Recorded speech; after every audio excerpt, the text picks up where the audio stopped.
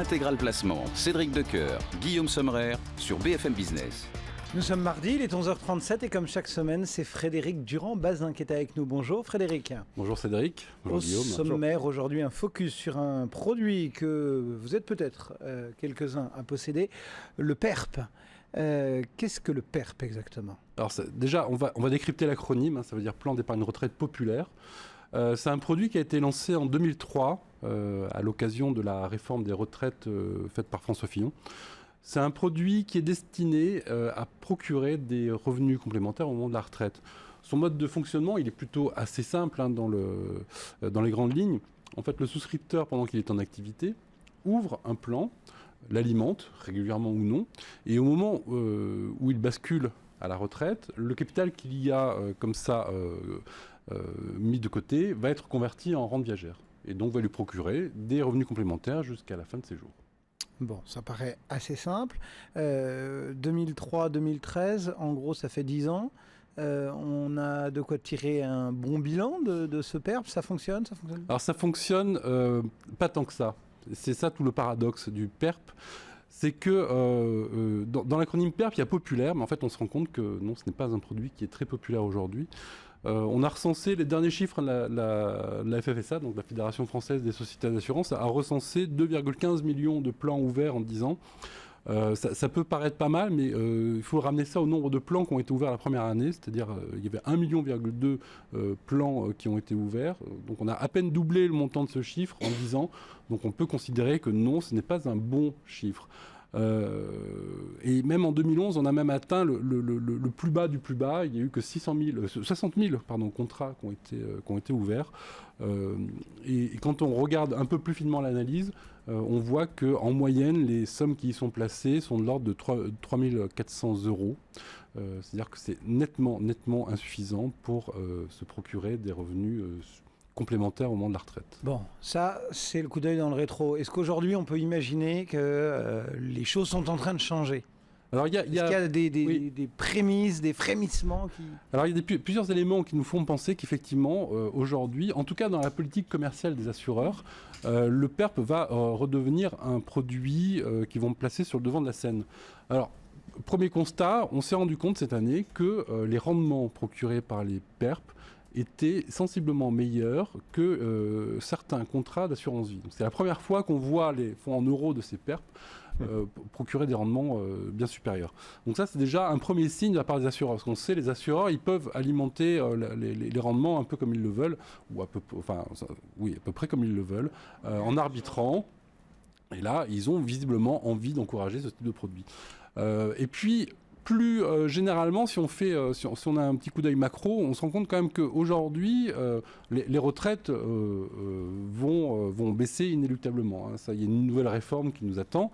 On sait déjà que, par exemple, l'ARCO et l'AGIRC ont décidé pour cette année, donc l'ARCO et l'AGIRC, c'est-à-dire les deux régimes complémentaires pour la retraite de base, ont décidé de ne plus indexer le montant des pensions sur celle de l'inflation, mais à un montant inférieur. Donc mécaniquement, les retraités d'aujourd'hui vont perdre du pouvoir d'achat et les retraités de demain aussi, vu que le point qui sert de référence pour ces retraites complémentaires baisse également.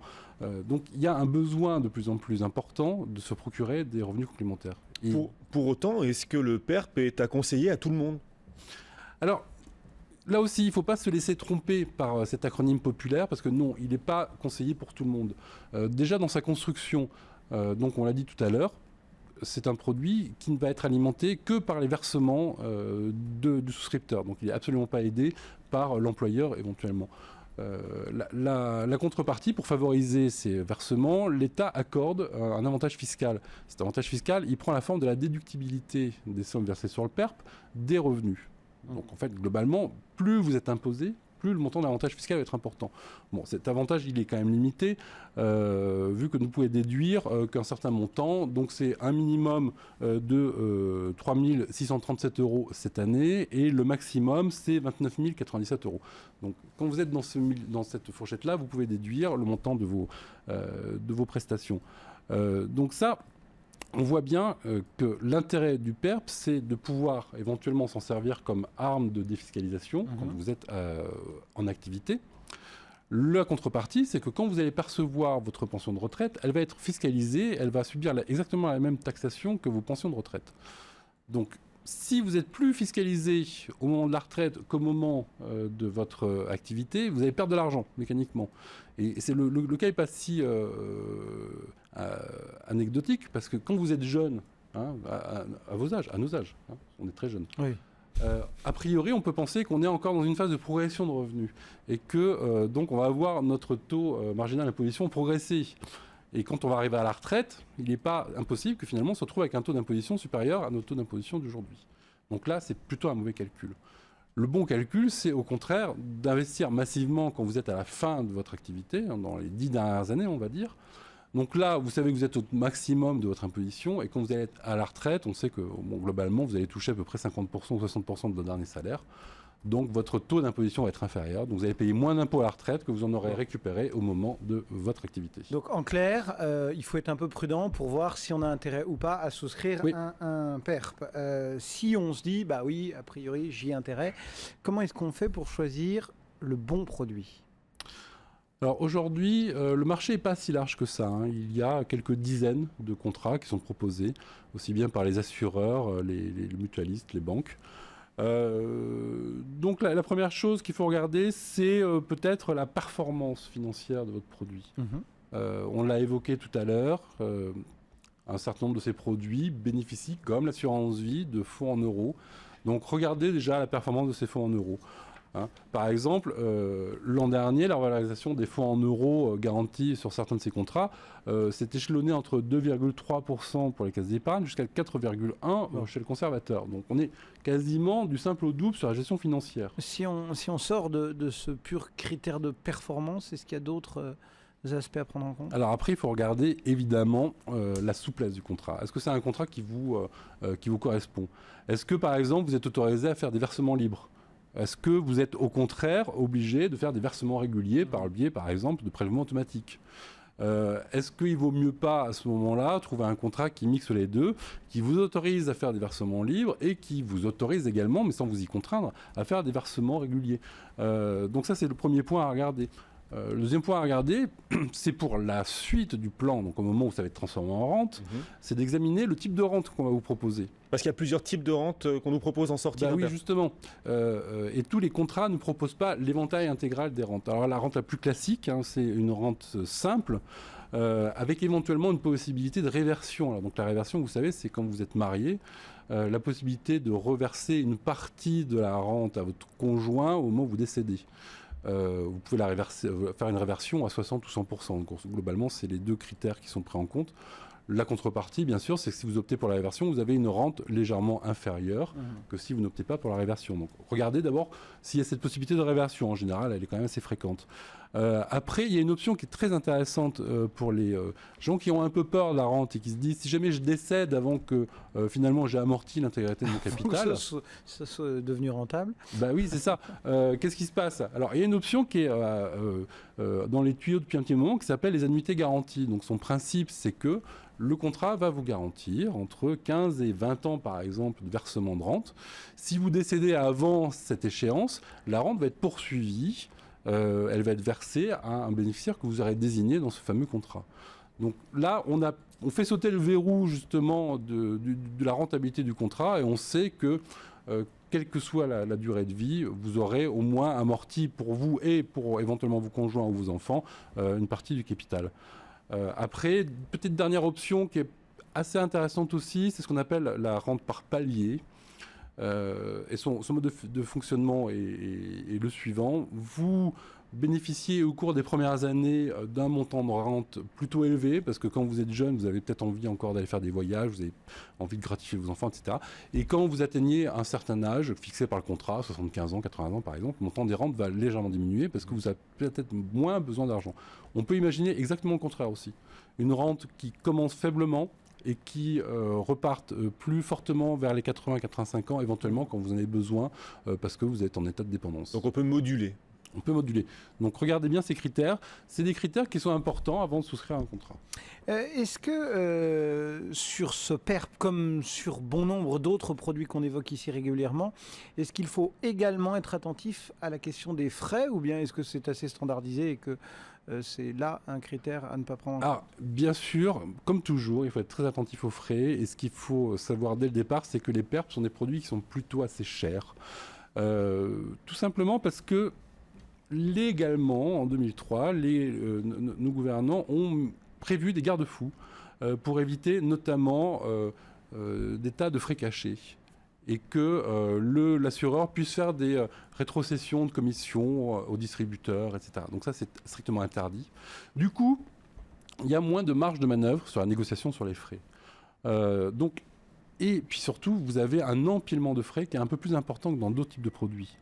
Donc les premiers frais que vous avez, c'est des frais de dossier. Donc c'est des frais qui sont de l'ordre de 20 à 30 euros. C'est pas énorme, mais il faut savoir qu'il y a ces frais à payer.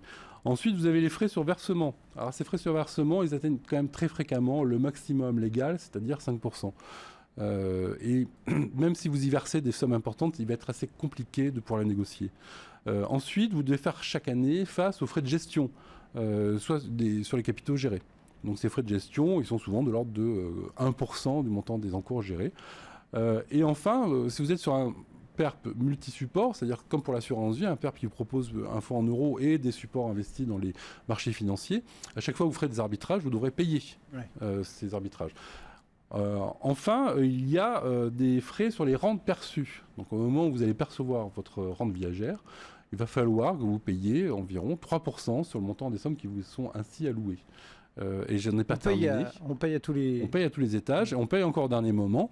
Le PERP a une souplesse par rapport aux autres produits assurantiels, c'est qu'il est possible de le transférer vers un autre assureur si vous n'êtes pas content de la gestion de votre contrat.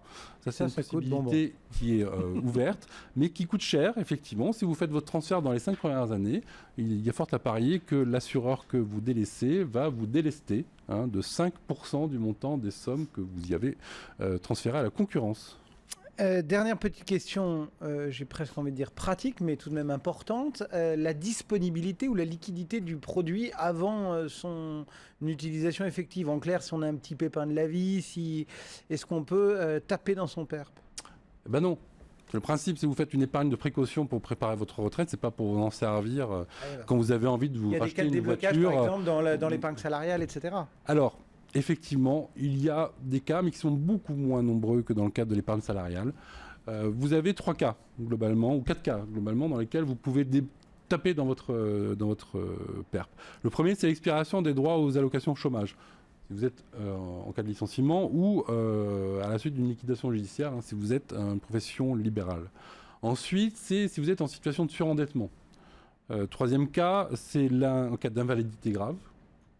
Et le dernier cas, c'est si jamais votre conjoint ou votre partenaire de PACS venait à décéder. Bon. Donc dans ces 4 cas-là, et uniquement dans ces 4 cas-là, vous pourrez récupérer votre somme avant l'âge de la retraite. Et ben voilà ce qui est dit. D'autres précisions ou... Si on évoque le déblocage des sommes en capital avant la retraite, ça peut être intéressant quand même d'évoquer aussi la possibilité de la façon dont vous allez récupérer votre argent après que vous ayez pris votre retraite. Donc on l'a dit, vous allez percevoir une rente. Il existe quand même des cas où vous pouvez récupérer une partie en capital. La loi a été légèrement assouplie sur le PERP et donc il est désormais possible de demander le paiement de 20% des capitaux accumulés directement en capital. Encore faut-il que le contrat vous y autorise. Et s'il ne vous l'interdit pas, vous pouvez le faire.